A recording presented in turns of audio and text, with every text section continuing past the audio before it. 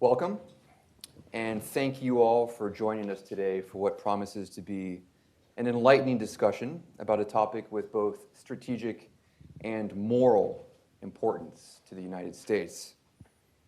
After America's shameful withdrawal in 2021, the National Resistance Front of Afghanistan continues to fight the Taliban against all odds and without any international support. The group's 34-year-old leader, Ahmad Massoud, is the son of the legendary resistance leader Ahmad Shah Massoud, known as the Lion of Panjshir, who was a leading Mujahideen commander against the Soviets in the 1980s and leader of the Northern Alliance opposing Taliban rule until his assassination on September 9th, 2001. Today's panel will discuss the current state of resistance to the Taliban and America's best options to support the National Resistance Front. I'm honored to share the stage today with our panelists, Ali Nazari, Head of External Relations for the National Resistance Front of Afghanistan, who has traveled here today all the way from Tajikistan, Luke Coffey, Senior Fellow at the Hudson Institute and a veteran of Afghanistan, and Representative Mike Waltz, Congressman from Florida's 6th District and an Army Special Forces veteran of Afghanistan. I'm Nolan Peterson, your moderator, and a non-resident senior fellow at the Atlantic Council. I am also a U.S. military veteran of Afghanistan. My younger brother served in Afghanistan, and I've returned to the country as a conflict journalist. For the past 2 years, there's been a painful question on my mind, and I'm sure on the minds of many other veterans and their families. Was it worth it? And so today, Ali, I want to start off by offering you my gratitude, as well as to your group, for your courage and commitment to your country's unity and freedom. You are a ray of hope that Afghanistan's dark days will not last forever, and that our collective efforts were not in vain. I hope today's discussion will help generate renewed American support for your cause. And with that, I'd like to open the floor for remarks from each panelist, beginning with Representative Waltz. How long would you like me to go? There's a lot to discuss. So a few minutes? I think the floor is yours. We'll go well, look, thank you for hosting this. I think I was looking forward to this today. Actually, in this discussion, we are working our way through all kinds of issues on Capitol Hill, but I think you framed it exactly correctly. This is a moral issue, it's a strategic issue, and it is one that is certainly still squarely in the interest of the United States, one.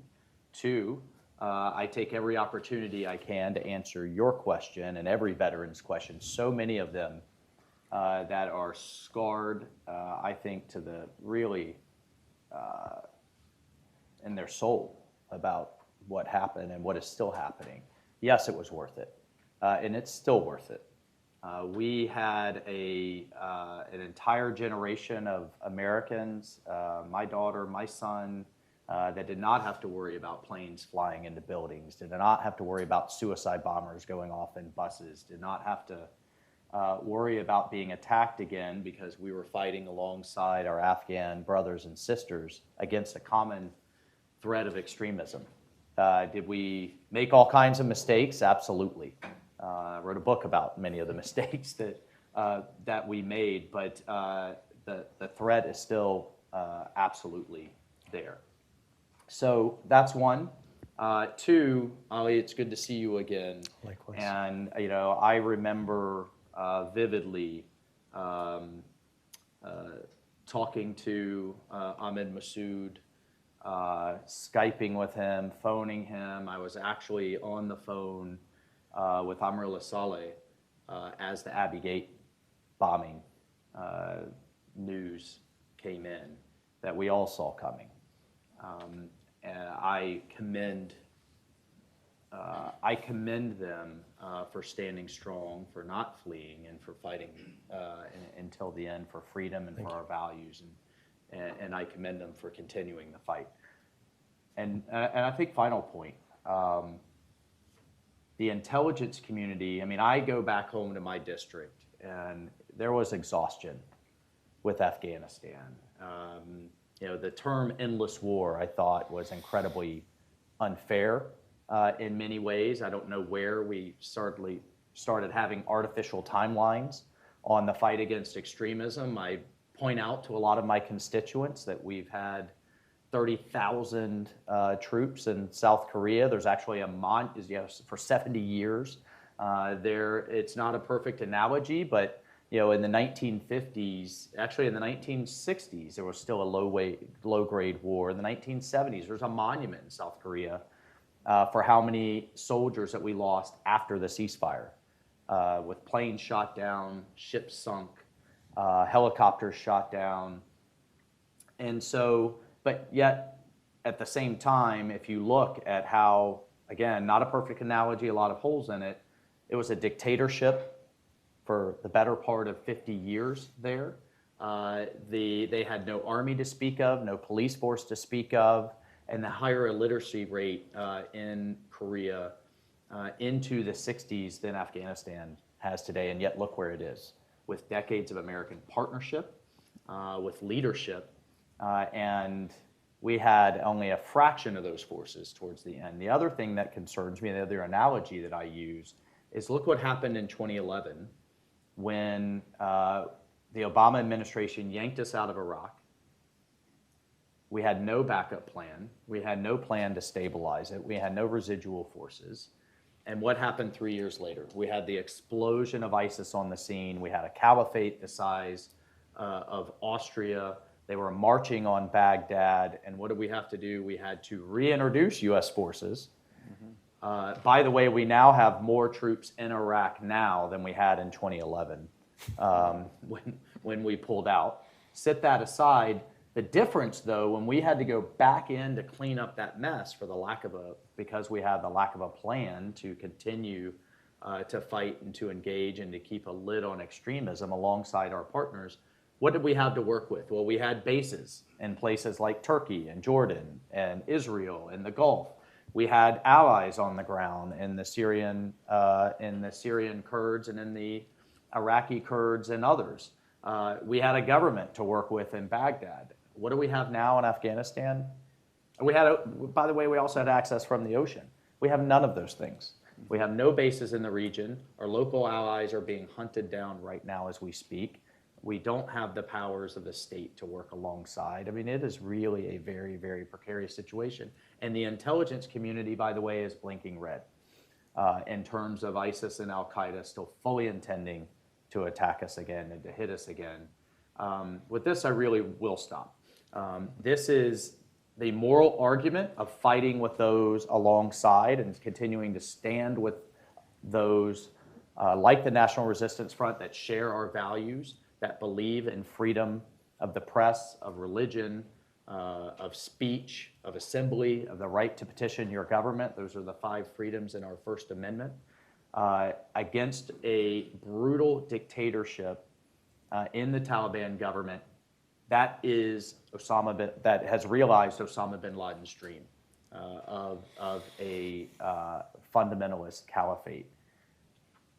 We also have to look at it through the framework of extremism. The Taliban are not necessarily the threat to my constituents in North Florida, but they are enabling those that directly are, and that's international terrorism. And so as I've posed the question to the to not just the international community, but to the Biden administration, what is the backup plan? And this is setting aside the moral argument. This is just from a pure geostrategic, U.S. selfish interest standpoint. What is the backup plan if their deal with the devil fails? Mm-hmm. And I'm not getting any kind of a sufficient answer. And in fact, the CENTCOM commander, the commander of all Middle East forces, has testified before Congress that ISIS has the capability. Well, this was maybe 4 months ago, so he said then, within 6 months. So that leaves us really by the end of this year. And I will continue to frame it that way because the obvious answer is those still willing to bravely stand with us and unbelievably still believe in us despite the abandonment. Great. All right. Thank you, sir. I said I'll stop like 3 times. Obviously, I'm passionate about this issue. Ali, the floor is yours. First and foremost, thank you for organizing and hosting this important event. I believe such platforms, such events give us a voice to bring the awareness and to spread the information and the truth about the situation in Afghanistan. And I thank Hudson, yourself, Luke, and I would like to thank the congressman for coming here today.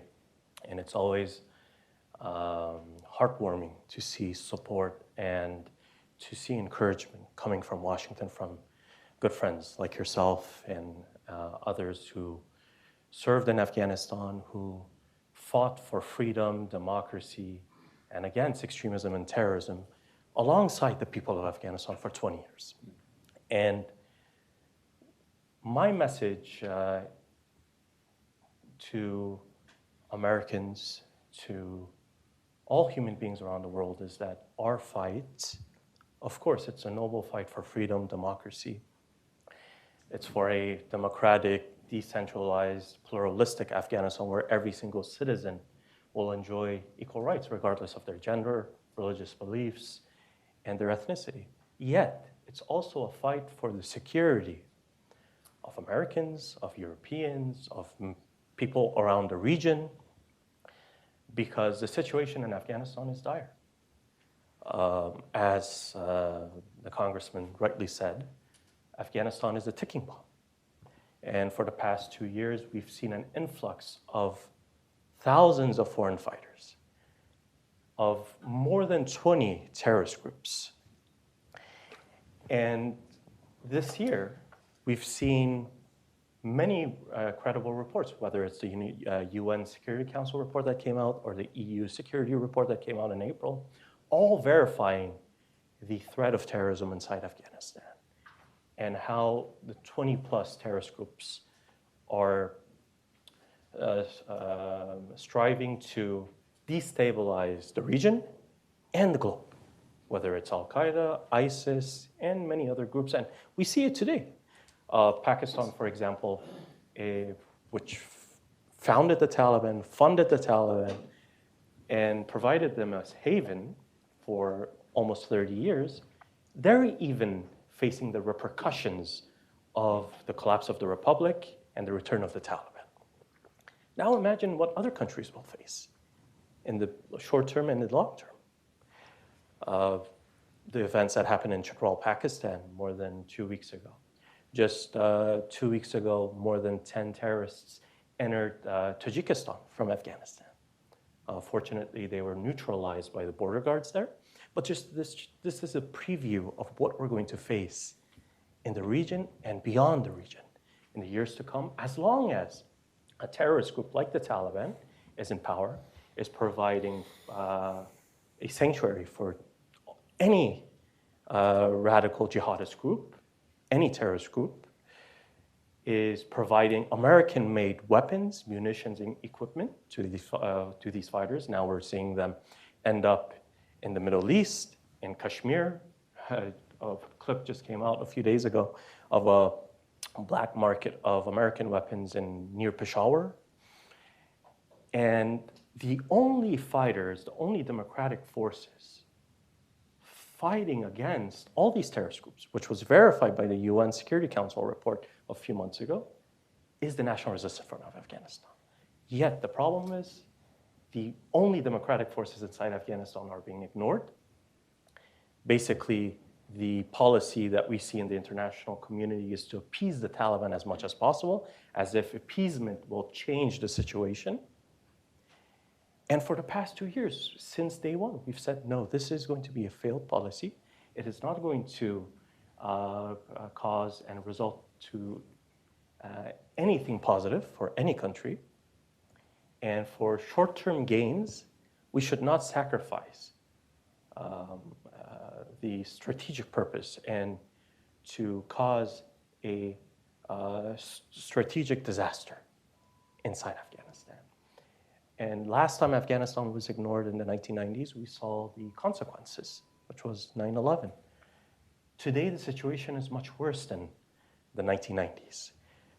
terrorism is much more emboldened. They have a narrative of defeating NATO, defeating specifically the United States and Afghanistan's republic. They have more resources in their possession. They control a whole state, a whole country. And we're seeing all of this being oversaw just because there is some sort of fatigue when Afghanistan is mentioned. And our message is the problem persists and exists in Afghanistan for everyone.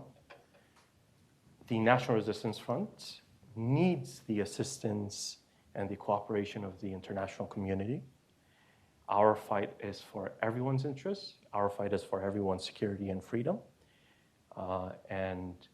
In order for us to achieve our objectives, we need support. Without support, unfortunately, we will not be able to defeat 20+ terrorist groups. The war on terror in Afghanistan hasn't ended. It has continued after August 2021. Just because politicians decided to leave Afghanistan didn't mean that the war on terror ended. It's continuing, and we're the only forces today continuing the fight against terrorism. Thank you. Thank you. Appreciate it. Luke? Great. I want to echo all the previous comments and thank the congressman for coming to talk about this today. Thank you, Nolan, for agreeing to moderate. You're a good friend, a good friend of Hudson, and I love seeing your face here now that you moved back from Ukraine here to the United States. And Ali, it's always great to see you when your travels bring you through here, through Washington. I want to just quickly recap on how we got to where we are, but I really want to focus on what we need to do going forward. What happened in August of 2021 was a national disgrace. It was a stain on our honor as Americans, and it emboldened our adversaries, and it made many of our friends and partners around the world question U.S. resolve. What's sad about the whole thing is that it was completely avoidable. Yes, it was the Trump administration that started the process of the negotiations with the Taliban and came to the agreement, but it was President Biden that inherited that plan and could have changed it had he wanted to. He tells you he couldn't, but he had no problem, his administration had no problem changing literally dozens, if not hundreds of other Trump-era administration policies. And so there's no reason why he couldn't have changed this. The truth is he didn't want to change it because he was never fully committed to the U.S. mission in Afghanistan to begin with. And we know this from where he fell on the whole debate back in 2009 when, as Vice President Biden for President Obama, the Obama administration was undergoing their Afghan strategy review. And I'll talk a little bit more about that in a second. But we got to where we are.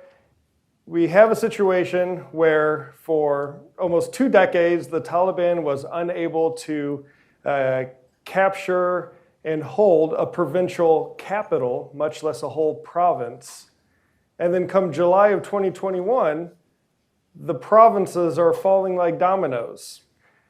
And this led us to a situation where on September 11th, 2021, so on the 20th anniversary of 9/11, the Taliban actually controlled more of Afghanistan than it did on September 11th, 2001. When President Biden entered office, we had about 2,500 soldiers, sailors, airmen, and Marines in Afghanistan, mainly conducting a training operation, but also conducting high-end counterterrorism operations. And we were spending about $19 billion a year for this, okay? This was never enough for the Afghan government to completely defeat the Taliban insurgency. But we know it was definitely enough to ensure that the Taliban didn't take over the whole damn country. Compare this to 2010, 2011, 2012, which I describe as the peak of fighting in Afghanistan, when the US had 130,000 troops on the ground, taking casualties every single day, leading combat operations. We were spending $120 billion a year, which is, this sounds crazy, do the math if you don't believe me, $330 million a day, or $230,000 a minute in 2011. And when President Biden entered office, we were spending $19 billion for the whole year. So it was a missed opportunity to keep us present in what is a very volatile region that is the scene of a lot of geopolitical competition, and to remain supportive of our Afghan allies in a way that was in U.S. national interest, to ensure that transnational terrorism could not use Afghanistan as a base to launch, plan, and coordinate global attacks. And we threw it all away. So now we have a situation where this group, the National Resistance Front of Afghanistan, is trying to pick up the ball where we dropped it, with all the cards stacked against them, trying to fight the Taliban, fight the Islamic State of Khorasan, fight other transnational terrorist groups and regional terrorist groups. We don't talk about those very often, but there are plenty of regional terrorist groups that have their eyes on Central Asia. And the last thing Central Asia needs is another malign influence meddling in that region. And while things might seem bleak, there are things that can be done. And I'm going to share a few of these today. The first thing we should do is we should be establishing some sort of political connection with the NRF.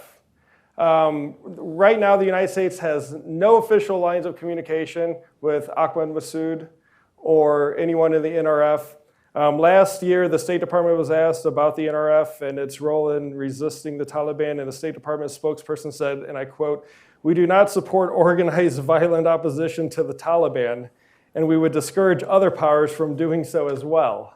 Okay, this was very similar to the 1990s when Bill Clinton's Assistant Secretary of State, Robin Raphael, reportedly advised Ahmad Shah Massoud to, quote, "surrender to the Taliban to bring peace to the country."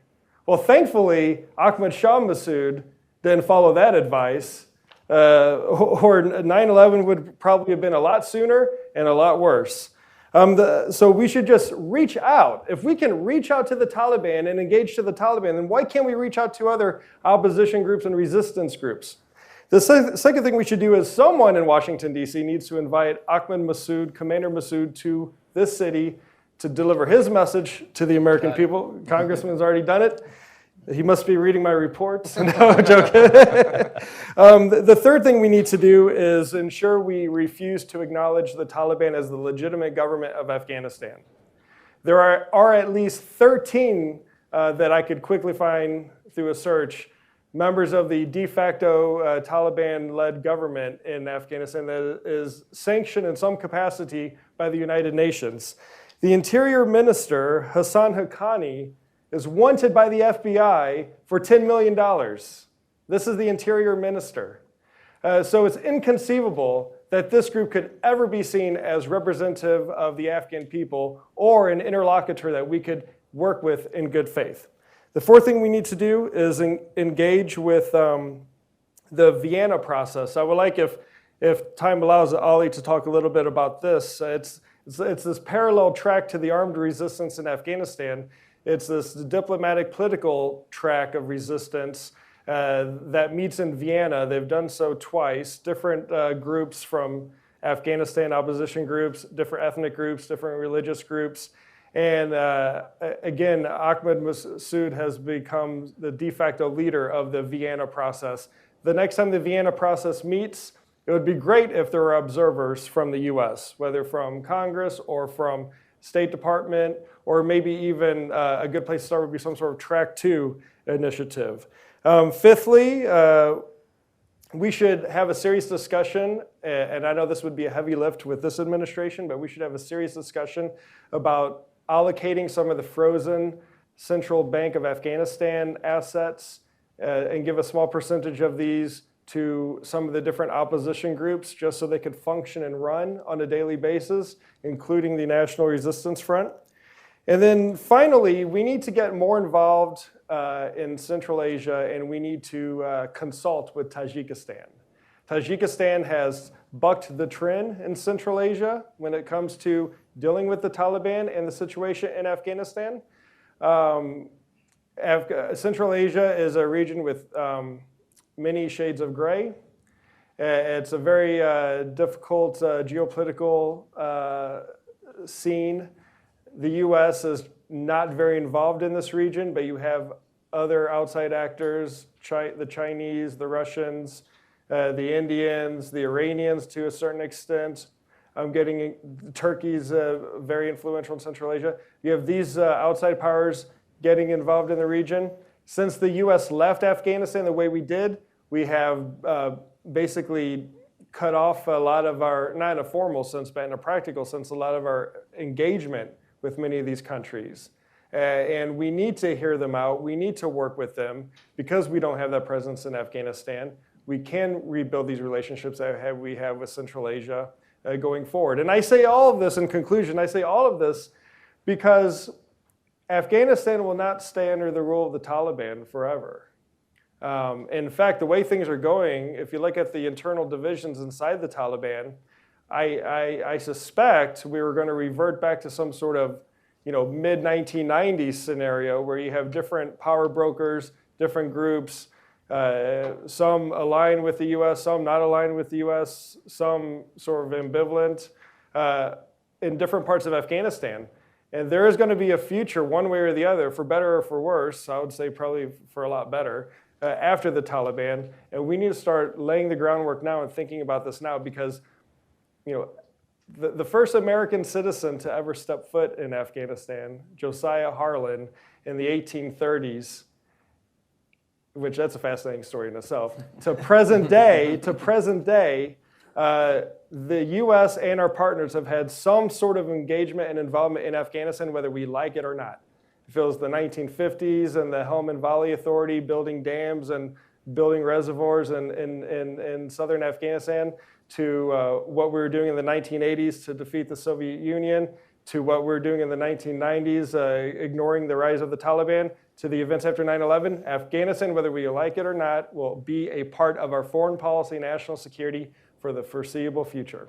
So I'll stop there and turn it back over to you, Nolan. Thanks. Thanks. You. Well, I think all three of you did a great job outlining America's strategic interest in Afghanistan, just beyond the moral obligation we have to assist the country after spending 2 decades and 2,000 American lives there. We can't just turn a blind eye to Afghanistan, throw our hands up and say we're done. What happens in Afghanistan doesn't stay in Afghanistan. Absolutely not. Won't follow us I home. think we should have learned that lesson many years ago. But since, Ali, you represent the one group that is a credible opposition force to the Taliban, I'll throw the first question to you. The United Nations latest data says the median age in Afghanistan is 17 years right now. The median age in the United States is 38. It's an incredibly young population in Afghanistan. That means the majority of Afghan citizens cannot remember life before 2001. They cannot remember life under the previous Taliban's rule. Is that youthful population an asset for you in your resistance? And to tag on one other element to that question, what other activities besides armed insurgency, guerrilla warfare, are you pursuing? Kind of tagging on to what Luke mentioned about the Vienna process. What are you doing besides armed insurgency to create momentum for your movement, your resistance inside Afghanistan, and to degrade the Taliban's rule? Thank you, Nolan. When it comes to the young population of Afghanistan, as you rightly said, the majority in Afghanistan grew up in the past 20 years. So they grew up in a democratic society, in a free society, enjoying freedom of speech, and basically not having a memory of any oppressive regime. And so the reason why the National Resistance Front of Afghanistan has been able to expand in the past 2 years, we started from 2 provinces, in Panjshir province and in Andrav Valley in Baghlan province, on August 15th, 2021. Today we're in more than 14 provinces. It's not because we receive external support. We're not receiving external support from anyone. The reason why we've been able to expand to 14 provinces within 2 years and launch a successful guerrilla war, unconventional war against the Taliban and other terrorist groups is because we enjoy the support of Afghanistan's people, which the majority are young, who want a democratic government, who want their freedom. For example, right now, more than half of the population are completely erased from public life. women and girls are deprived from their fundamental rights in the country. Today, the women and girls of Afghanistan that grew up in the past 20 years, they're not just going to sit and watch. The same with others. And the reason why we enjoy, even though we don't have much geography, but we enjoy legitimacy, popular legitimacy, because we're fighting for what the people want in Afghanistan, which is democracy, which is freedom, which is justice, and so forth. And right now, the National Resistance Front is made up of the youth. The leader of the National Resistance Front, Mr. Ahmad Massoud, is 34 years old. So he's able to represent the majority. I myself, many others, are forces within the country. They're the same forces who were fighting the Taliban in the past 20 years. They grew up in the last 20 years. They joined Afghanistan's ANDSF in the last 20 years, and they continued fighting for what they were struggling for in the last 2 decades. And the National Resistance Front is basically doing whatever it can to fight and to struggle for these values that the majority of Afghanistan's people cherish and what they yearn for, which is a free society. When it comes to our other activities, of course, our resistance isn't only an armed struggle. Our resistance comes in different shapes and forms. The armed struggle is one. We pursue political resistance. We pursue civil resistance. We pursue cultural resistance in different shapes and forms. And one thing that the National Resistance Front and other political groups that are against the current situation and who are struggling for democracy, whether it's the women's rights groups, the women's groups that are active inside the country and outside of the country, other groups within the civil society, other political groups, political parties, political individuals, the diplomats who have kept the doors of the embassies open and have refused to pledge allegiance to the Taliban. In the last year, we've started a political process in Vienna, Austria, to unite the democratic forces of Afghanistan and to start forming a democratic alternative for the country's future. Because the Taliban, as Luke stated, isn't a long-term solution. They're not going to stay in power for long. They're already fracturing. There's deep rifts within the different factions of the Taliban. Each one is fighting for power and resources. They can't even tolerate one another. And so there is going to be, and this is our assessment, and many other people have this assessment too, is the Taliban will start fracturing, fragmenting, and a vacuum will be created inside Afghanistan. Now, that vacuum is both a challenge and an opportunity. It will become an opportunity if the democratic forces of Afghanistan, whether it's the National Resistance Front, which has presence inside Afghanistan, in the region, and on the international stage, and other groups across the spectrum, were able to unite and form that democratic alternative on time before that vacuum comes into being, and for us to swiftly fill that vacuum. However, if we don't have international support, then it will be very difficult for us. And that vacuum will be a challenge. You'll have other terrorist groups, whether it's al-Qaeda, ISIS, other regional terrorist groups. They'll be capable of, they'll have the ability to fill that vacuum before us. Mm-hmm. And for this reason, I believe it's very much important for whether it's the United States, whether it's Europe, whether it's other countries, to take this into consideration. As the congressman stated, we have the example of Iraq, what happened in 2014. Our assessment shows that such a scenario is possible in Afghanistan. It will happen at a much worse scale. And we have to prepare ourselves. If we're prepared politically outside of Afghanistan by creating that democratic alternative, and inside, equipping inside supporting those forces to prepare themselves to swiftly take over the security of those regions. Once the Taliban start losing them, then we can prevent a catastrophe. If we don't prepare for that scenario, then that catastrophe will happen on a global scale. And that's a great point to shift to a question for Representative Waltz. Sure. So we live in a very different world than we did in 2001. We now face threats from countries, near-peer adversaries, China and Russia.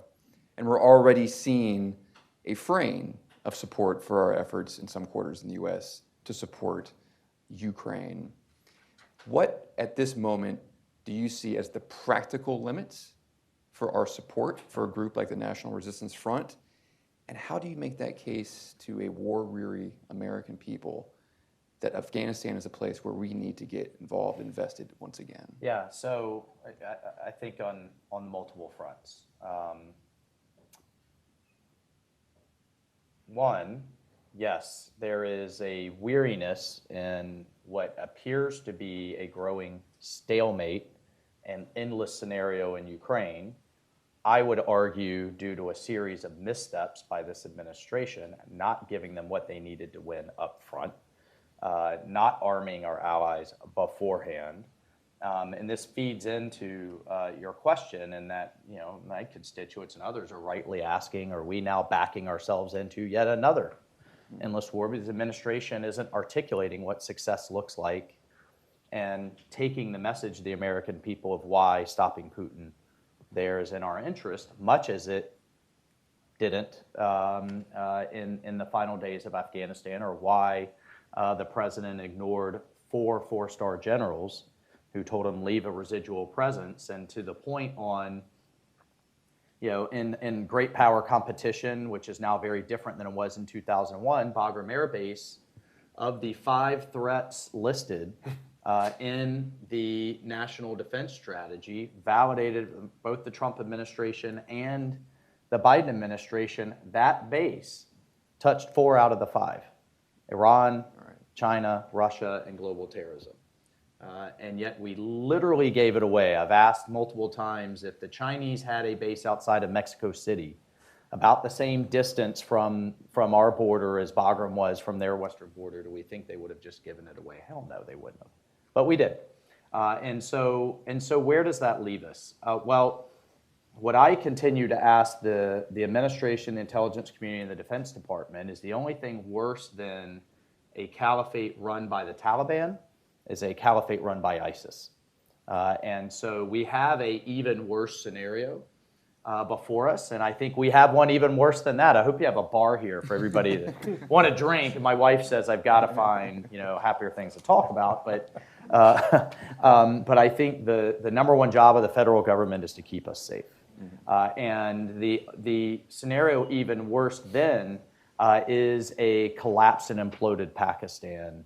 And I remind everyone that 2/3 of the Pashtun population is actually in Pakistan, with an incredibly fragile government, with a very youthful population, with 40% of young people that are illiterate, and a couple of hundred nukes.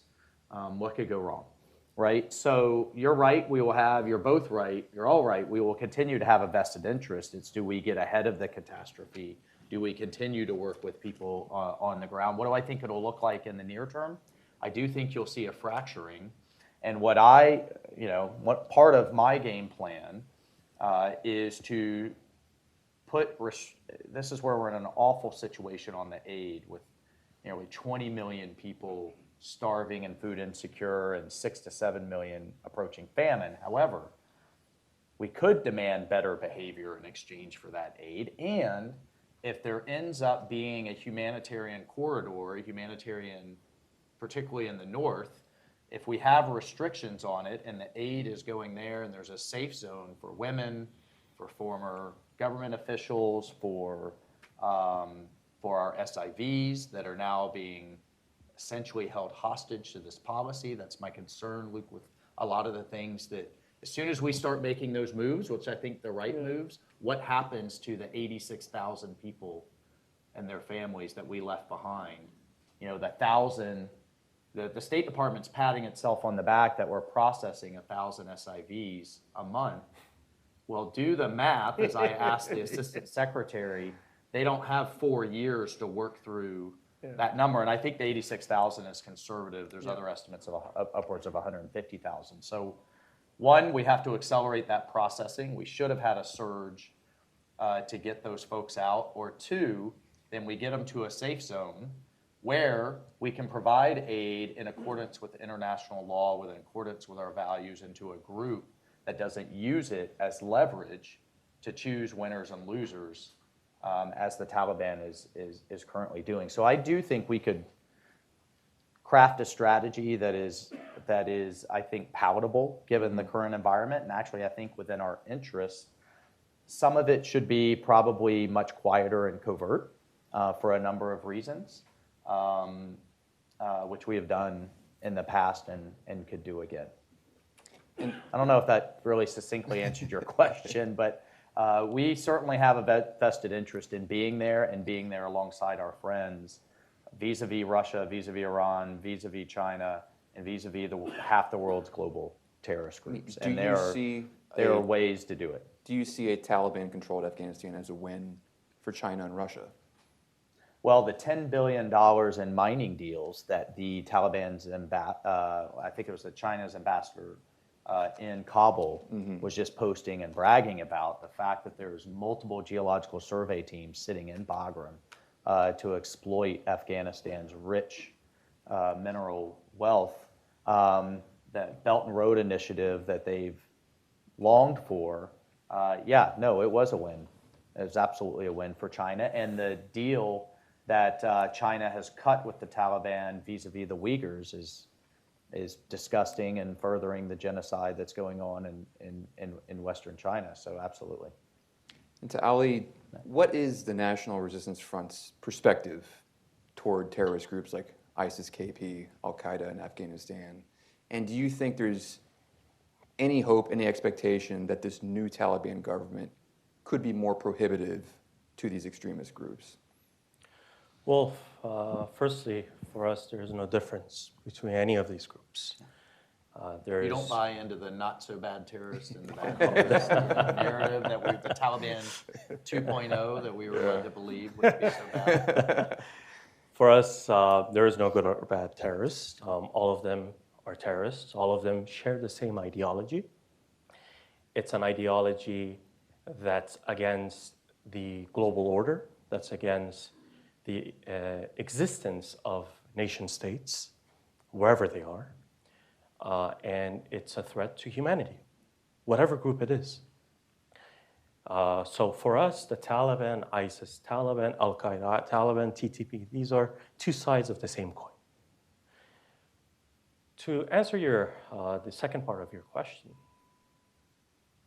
we do not believe that the Taliban are in a position or the Taliban are willing to restrict any of these groups. The reason why these groups have spread throughout Afghanistan, why they have presence inside Afghanistan today, is because of the Taliban. After August 15th, 2021, every single terrorist group, from al-Shabaab and Boko Haram in Northern Africa, all the way to South Asia, they congratulated the Taliban. And the Taliban have established ties and links with every single group, whether it's in the Middle East, whether it's in North Africa, whether it's in South Asia, as I mentioned in United Nations Security Council report. The Taliban have been using these terrorist groups, whether from South Asia, the Middle East, North Africa, against the National Resistance Front. So these groups and sustaining relations and a partnership with these terrorist groups, it strategically benefits the Taliban. So this wishful thinking, wherever it is, that the Taliban will stop supporting terrorism, or they'll sever their ties, the White House. and that they will prevent al-Qaeda from a resurgence within Afghanistan, or ISIS and other groups. It's wishful thinking. And just a few days ago, I read comments that, well, peace has prevailed in Afghanistan.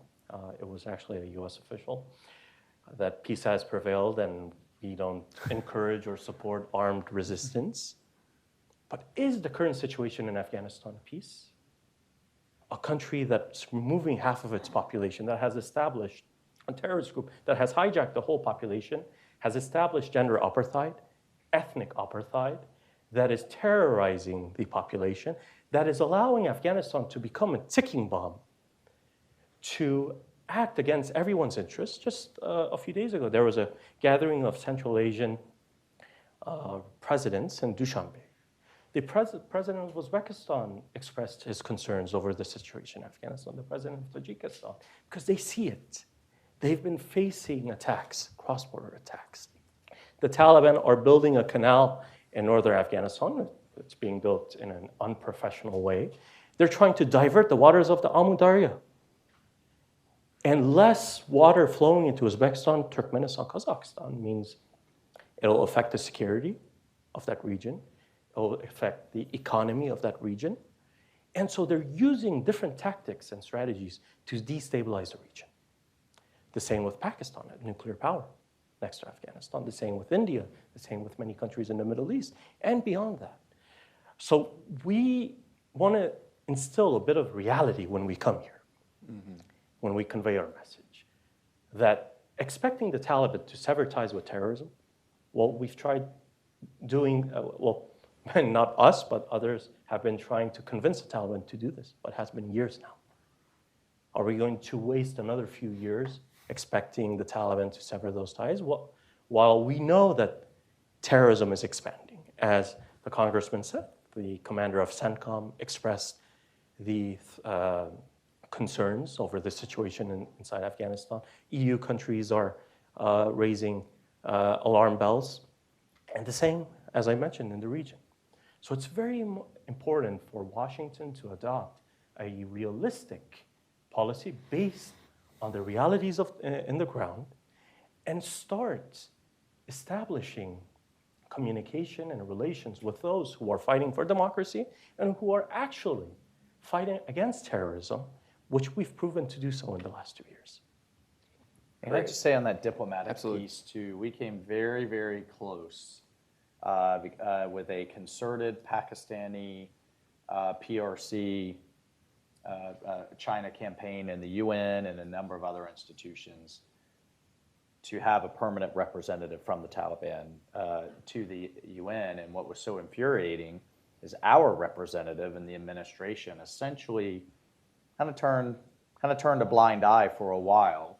Thankfully, Ali made a number of us aware, and we put some UN funding at risk, and it settled down. But that concerted Pakistani Chinese push for international recognition, I think, is the near blocking action and target to prevent that from happening, at least for the next year until perhaps we have another administration.